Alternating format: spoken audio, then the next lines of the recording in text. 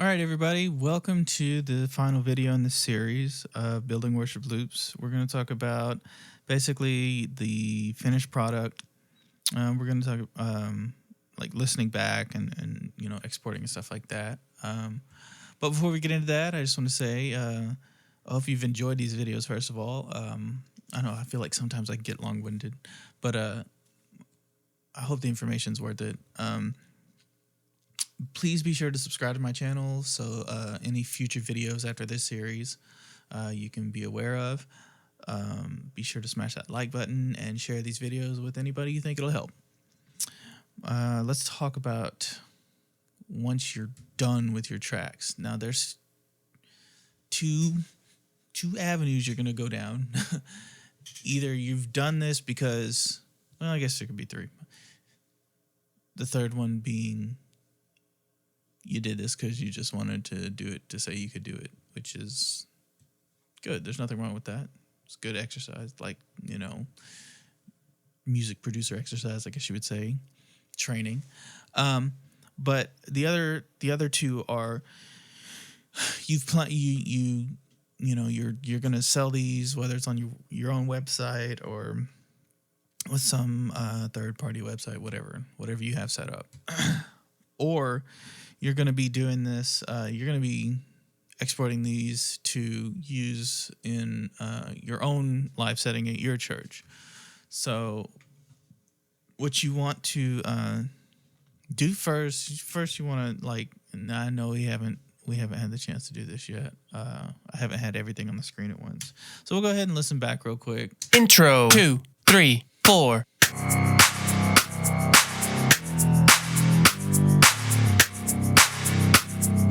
Verse 2, 3, 4.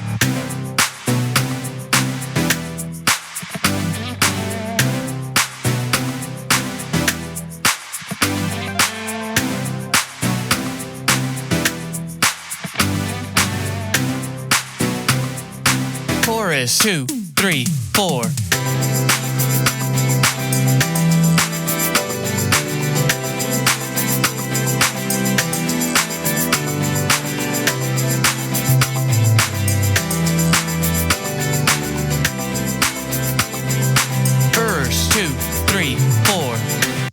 Bet you were wondering how I was going to make you listen to that whole song. No. Yeah, so, if you're the one doing this, I would listen to the whole thing just to check everything and make sure, because, there's plenty of times where things could accidentally stick out and you don't want them to. But then what you want to go through and do is basically make sure all your levels are good before you export these tracks. You want to make sure that nothing is clipping. I know it looks like stuff was clipping over here. It's probably just everything coming through at once. Make sure your individual tracks, they're not clipping. Make sure, though, that they are, gained properly. And then if you have stuff that you like, I'm trying to think. I don't believe that I don't think that I send stuff panned. I think, yeah. I usually send everything down the middle because I think if they buy the stems, then it's their choice to pan it. I don't know, though, because some of the stuff, like, some people just buy, like, a performance track. Like, they'll just buy the one track with, like, whatever they want in it. So, I wish I could remember.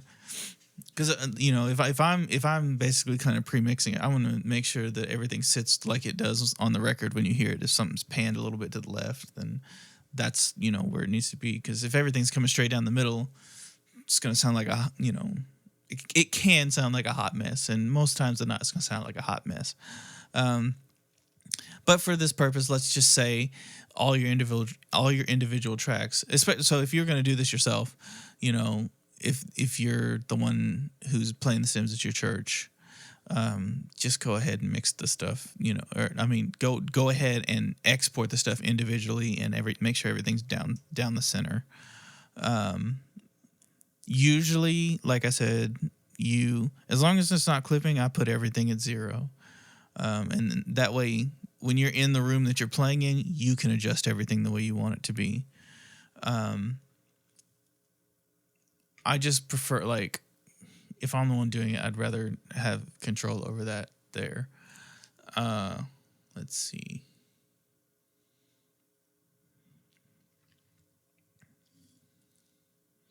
So,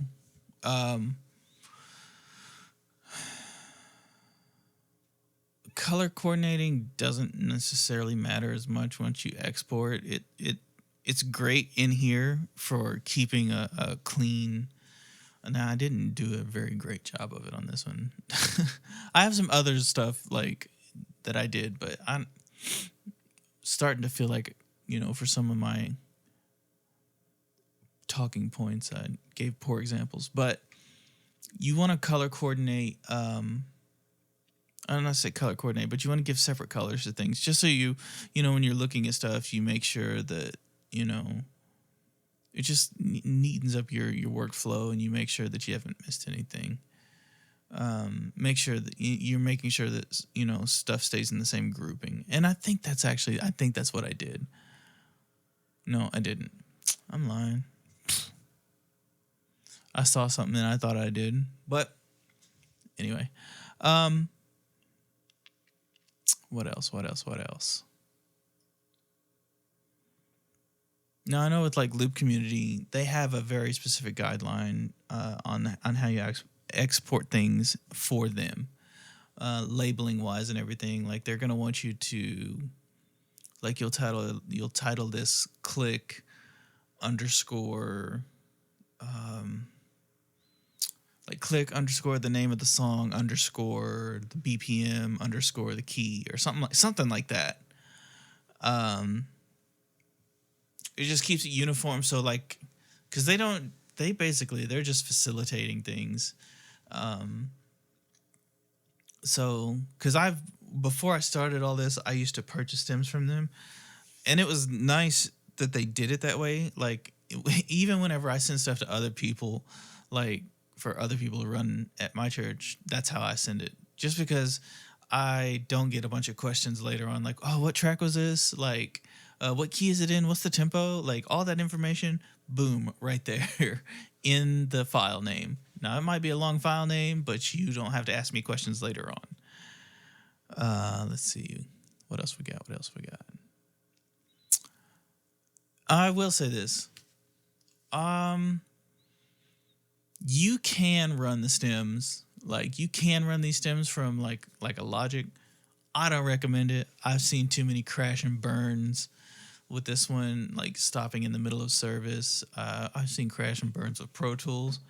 And I'm not trying to like knock the stuff that I use. I don't use Pro Tools as much, but I do use Logic, and I do love it. It's just, for that application, it's not the best, I would say. Ableton is definitely like 100%, I would say, kind of the proven way to go in terms of... sorry, I just kicked the mic. It's a proven way to go in terms of running like performance tracks. Not very heavy on CPU usage, and it just, to me, it runs like butter. But I think that's about it. Like I said, once you do this more and more, you'll get so much better at it, and it's I